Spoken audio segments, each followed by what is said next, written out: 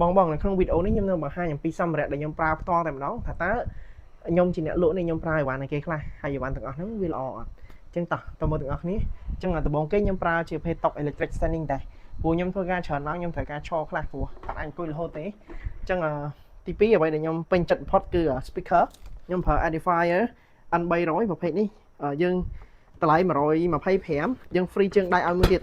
ជើងដៃធំធ្ងន់ប្រភេទនេះទម្ងន់វា3គីឡូហ្មងតមកទៀតខ្ញុំប្រើអីគេខ្ញុំប្រើ cable management tray អញ្ចឹងបងឃើញនៅខាងក្រោមហ្នឹងតខ្ញុំអត់ឃើញខ្សែភ្លើងញ៉ៃដោយសារខ្ញុំប្រើអានេះដើម្បីដាក់ខ្សែភ្លើងកុំឲ្យញ៉ៃណាខ្ញុំប្រើ double head dash lamp បង double head dash lamp នេះយើងអាចដូរពណ៌បានតាមចិត្តណាបងយើងសេរីពណ៌បានណាចានេះវាពិសេសជាង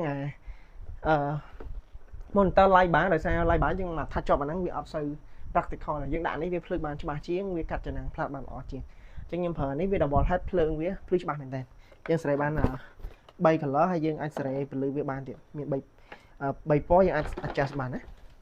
បន្ទាប់មកទៀតខ្ញុំមាននេះអានេះ U green vertical laptop stand បង U green នេះគឺល្អយើងដាក់ computer អញ្ចេះកុំឲ្យ C space អញ្ចឹងខ្ញុំប្រើ Mac ជា power station ខ្ញុំ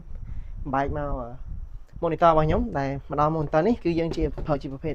Asus Pro Art បងអញ្ចឹង Pro Art នេះតែបើតែខ្ញុំទិញនេះ Full HD ប៉ុន្តែ quality គេហៅ color accuracy វាគឺច្បាស់មែនទេ IPS 100% color sRGB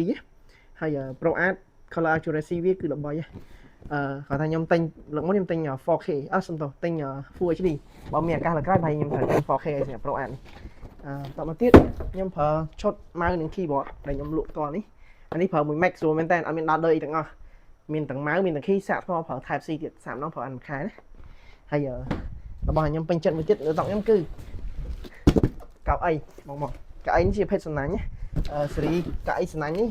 យើងប្រើទៅវាអត់បែកញើសខ្នងអត់បែកញើសគូតអានេះលើកបានអំបិលបាន360ដឺក្រេ